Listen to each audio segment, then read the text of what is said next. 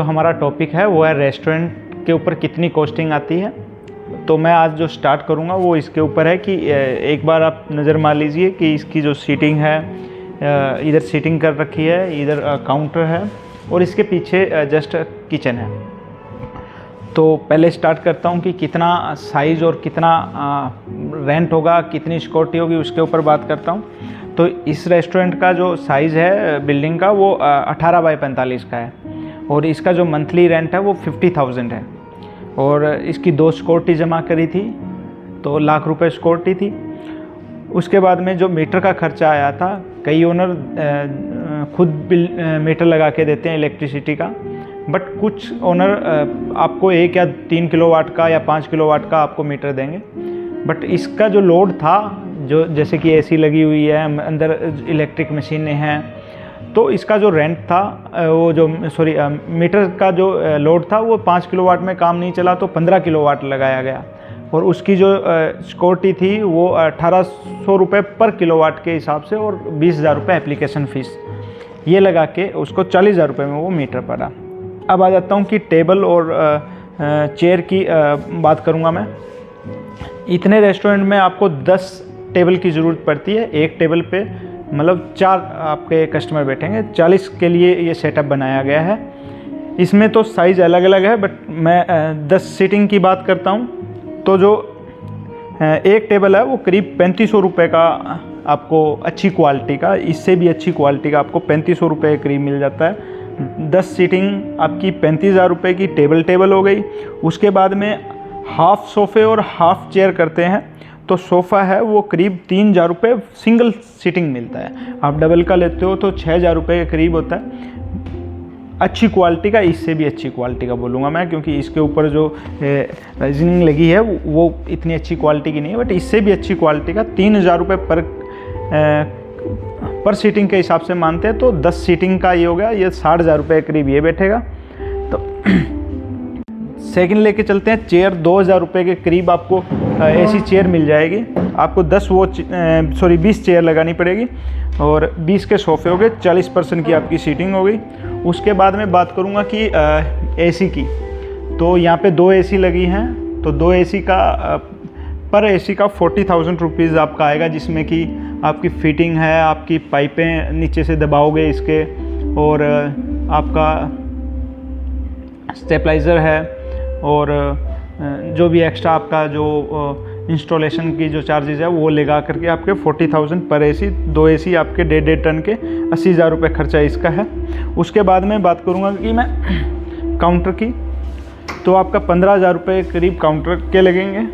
और फिर आप म्यूज़िक की तरफ जाओगे तो यहाँ पे जो म्यूज़िक लगा है वो काफ़ी अच्छी क्वालिटी का लगा, बट आप भी 10,000 रुपये में अच्छी क्वालिटी का म्यूज़िक सिस्टम आ जाता है। उसके बाद में बात करेंगे तो लाइटों की, तो करीब लाइटों का इसके अंदर लाइटें, झूमर, डेकोरेशन के लिए आप काउंटर के ऊपर भी लाइटें लगा सकते हो, या किचन के अंदर 10,000 रुपये की आपके करीब लाइटें लगेंगी। और उसके बाद में आपकी 10,000 रुपये की आपकी वायर आएंगी और 10,000 रुपये उसकी लेबर।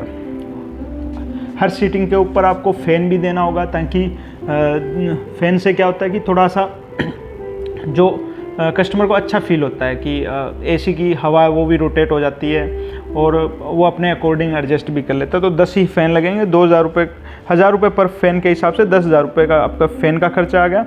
उसके बाद में आपको इन्वर्टर या जनरेटर की रिक्वायरमेंट होगी। जनरेटर लगाओगे तो करीब 2 लाख रुपये का खर्चा आएगा। और मुझे नहीं लगता कि आपकी मशीनें इलेक्ट्रिसिटी की हैं और आपका विदाउट जनरेटर काम चल जाएगा, क्योंकि जब कस्टमर बैठे होते हैं और लाइट चली जाती है, 1 घंटे के लिए लाइट चली गई, तो उस टाइम गर्मियों में कस्टमर को बिठाना 2 घंटे के लिए विदाउट एसी बड़ा मुश्किल है। तो जनरेटर की रिक्वायरमेंट पड़ती है। आप नहीं लगाते तो 20,000 रुपये आपका इन्वर्टर मिनिमम खर्चा आएगा ही आएगा। उसके बाद में आप ये वॉल डेकोरेट नहीं की हुई, आप वॉलपेपर भी लगाते हो तो 20,000 रुपये मिनिमम इसका खर्चा आएगा। उसके बाद में आपको ले चलता हूँ मैं किचन में। तो किचन का आपको बताऊँगा कि किचन में क्या क्या खर्चा लगता है और कैसे इसकी फ़िटिंग की गई है। तो स्टार्टिंग में इधर बात करूँगा कि पिज़्ज़ा मशीन है, इसमें दो लगाई है, एक का खर्चा आता है वो 30,000 रुपये के करीब आता है। तो यहाँ पे तो स्पेयर में रखी है, बट स्टार्टिंग में एक से ही काम चल जाएगा। तो 30,000 रुपये आपके पिज़्ज़ा मशीन के। उसके बाद में आपको 2 फ्रिज चाहिएंगे। एक में आपका सारा रॉ मटेरियल हो, जैसे कि सैंडविच है, वेजिटेबल है, पिज़्ज़ा के डो हैं, आपके टीन है, वो सब कुछ इसके अंदर आ जाएगा। सेकंड आपके जिसके अंदर आपका कोल्ड ड्रिंक, शेक और आपकी जो भी बोतलें हैं, दूध है, वो आ जाएगा। तो 2 आपको फ्रिज चाहिएंगे। स्टार्टिंग में कोक वाले फ्रिज या फिर पेप्सी कंपनी के कोई फ्रिज नहीं देता, तो आपको बाहर से अरेंज करने पड़ेंगे। वो 60,000 रुपये के हैं और आपकी अच्छी मार्केट के अंदर अच्छी आपकी उठ बैठ है या आपकी गुडविल है, तो आपको ये फ्री में भी मिल सकते हैं। उसके बाद मैं बात करूँगा तो डीप फ्रीज की। तो आपको 2 डीप फ्रीज चाहिएंगे जो कि 30,000 रुपये के, 60,000 रुपये इसका खर्चा आएगा। उसके बाद में आपको एक मिक्सर चाहिएगा और इसके सारे जैसे जार वगैरह वगैरह वो सारा सिस्टम लगा के आपको 6,000 रुपये करीब इसका खर्चा आएगा। और इसके बाद में इंडक्शन, 2 इंडक्शन आपको, ये सारा कंसेप्ट सिर्फ और सिर्फ इलेक्ट्रिसिटी की जो इक्विपमेंट यूज़ किए गए हैं, इसमें गैस का कुछ भी नहीं है।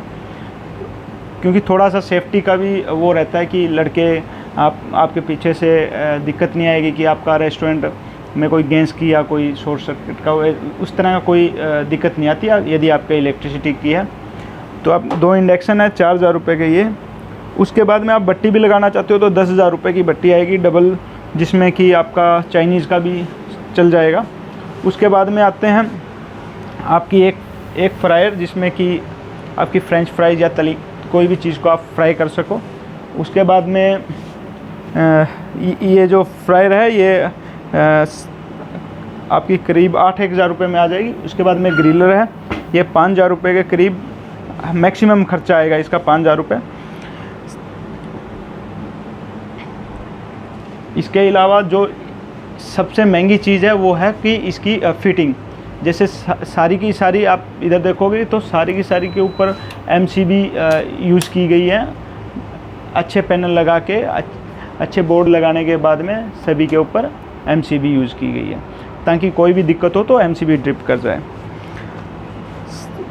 उसके अलावा करीब 15,000 रुपये के सारे जितने बर्तन हैं, आपके यूटेंसिल्स हैं, कुकिंग के लिए मटीरियल, जितना भी आपका सामान लगेगा, 15,000 रुपये मैक्सिमम होता है। और जितने भी आपको आप सर्व करोगे तो स्टार्टिंग में डिस्पोजल आइटम्स काफ़ी अच्छी रहती है। उससे क्या होता है कि आपको पता भी लग जाता है कि कैसे कस्टमर को क्या चाहिए, कैसे चाहिए। आप महंगे बर्तन मत लाओ स्टार्टिंग में।